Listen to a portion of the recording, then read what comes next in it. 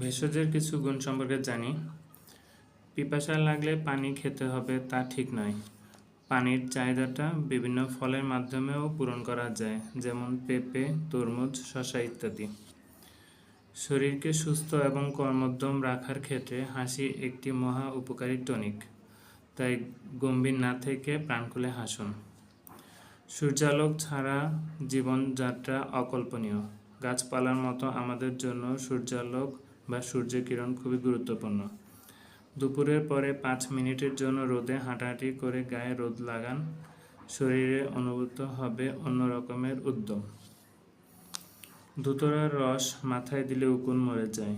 ধুতরাকে বলা হয় কৃমিনাশক, ব্রণনাশক, চুলকানি ও চর্মরোগনাশক। কালো মেঘ এটি ওষুধ হিসেবে, লিভারের সমস্যা ও কোষ্ঠকাঠিন্যের প্রতিষেধক হিসেবে ব্যবহৃত হয়।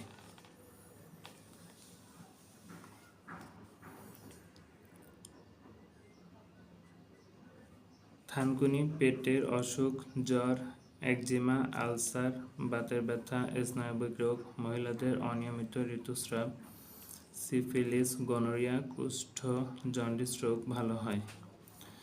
বাসক কফ কাশির জন্য মহৌষধ। এছাড়াও সর্দি, হাঁপানি ও যক্ষা রোগের ওষুধ হিসেবে বাসক ব্যবহৃত হয়। তুলসী সর্দি, কাশি, পেটের গ্যাস কমাতে এমনকি অ্যান্টিসেপটিক হিসেবে ব্যবহৃত হয়। Thank you.